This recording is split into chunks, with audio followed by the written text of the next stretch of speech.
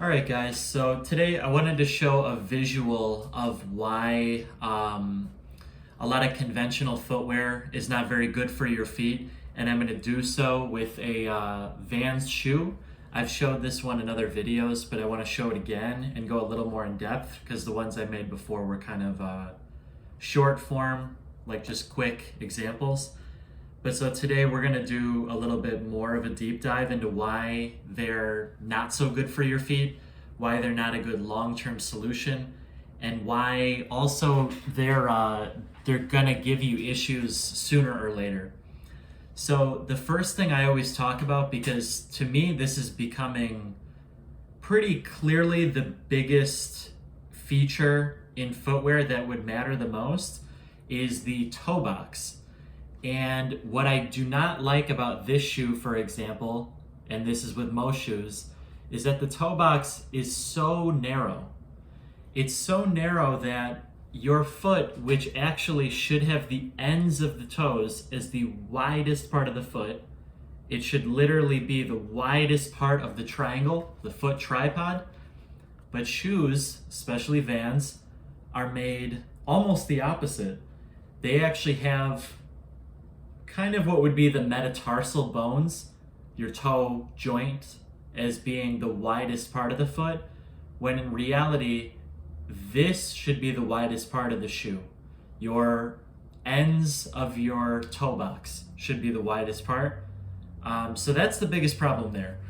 And the toe box matters so much because that is what causes a lot of big issues in people. Like when they start to get pain and they start thinking about, okay, like what's wrong with my footwear? Why are my feet hurting? Do I need to buy different shoes? Do I need to wear orthotics? What's going on here? The biggest feature that contributes to people having issues is the toe box. It's simply too narrow. It's really not more complicated than that. And now we will get to other features of the shoe too, which are problematic, but it really just starts with the toe box. So the toe box is too narrow, and what this does is it pinches in the big toe specifically. It pinches in all the toes, but specifically the big toe gets pinched in. And then even when you take the shoes off, you take them off, but now when you're barefoot, your feet are actually still squashed together, your toes, I mean, because they've learned to be that way. Our feet, just like the rest of our body, it will learn bad positions if we teach it to be in that position. So your feet learn to be that way, and the problem is now your big toe is pinched in all the time, and eventually it will, I won't say guaranteed, but I will say it will probably start hurting. Probably, sooner or later. For me, I got this earlier than maybe most people do. I think have a wide foot.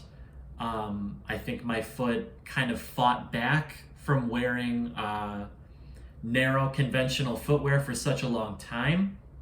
But what happens is that toe gets pinched in, and you may not have a bunion right away, but your toe starts getting agitated and you start getting tenderness on the outside of that big toe joint, the first metatarsal bone.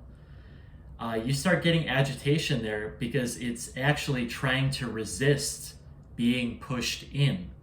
And that's just your toe joint right there. That's not, that's not a growth or a bone spur like some people say. It's just your bone fighting back.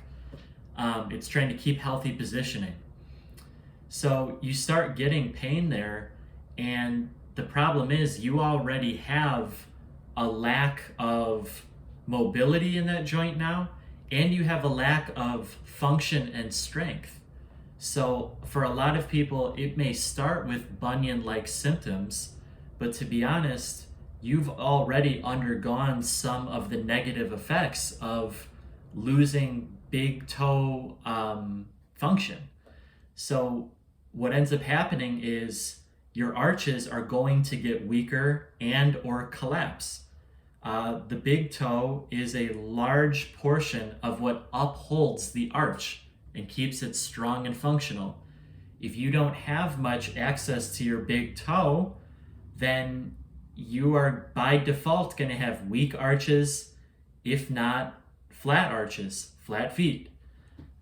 So they will collapse basically. And then when this happens, if you don't already have bunions, you'll probably get them. And you'll also probably start to get plantar fasciitis, also known as plantar fasciosis, symptoms. And that's heel pain. You'll start to get heel pain because that big toe joint is pushed in. You don't have an arch anymore. Now your foot is, we should be familiar with pronation. Well, now your foot is over-pronating. Now your arch isn't strong enough to kind of moderate the level of pronation you're doing. Because pronation is natural. We have to pronate. That's what the foot does. But it over-pronates. And we don't have any mechanism to stop it or regulate it anymore. So now it's happening too much. And now we're really getting those bunion symptoms. We're probably getting more plantar fasciitis symptoms. We also probably have a problem with our ankle mobility, because other features in the shoe, like the elevated heel, you can't really see it in these shoes, but slightly elevated heel are probably also hampering your ankle mobility and your Achilles elasticity. The length of your Achilles is compromised. It's most likely shortened and no longer is as elastic as you'd like it to be. So now we have all kinds of issues, all because the toe box was a little too narrow, or really too narrow in this case. But the toe box being too narrow sets off a huge domino effect that goes on. And especially when you wear these shoes every day, for most of the day, for a large portion of your life, this is very problematic. And having not even really dipped into any other parts of the shoe that are problematic, I'm just going to leave it right there at the toes, because I want to demonstrate how problematic the toe box being narrow can be. I did want to go a little deeper into the other features today, but I'm going to leave this one today at just the toe box, and on another day we're going to go into the rest of the features. So seriously, look out for the toe box of your shoes. It needs to be wide enough. It just has to be. It's a non-negotiable for foot health. And with that being said, I just wrote an article on the critical importance of having a wide toe box. So I am going to link that in the description below this video. Check that out. It goes into a little more detail actually, and you get more visuals in there. And with that being said, article, look for better shoes for yourself. I believe I mentioned some in there as well. And other than that, I will see you guys soon in another video.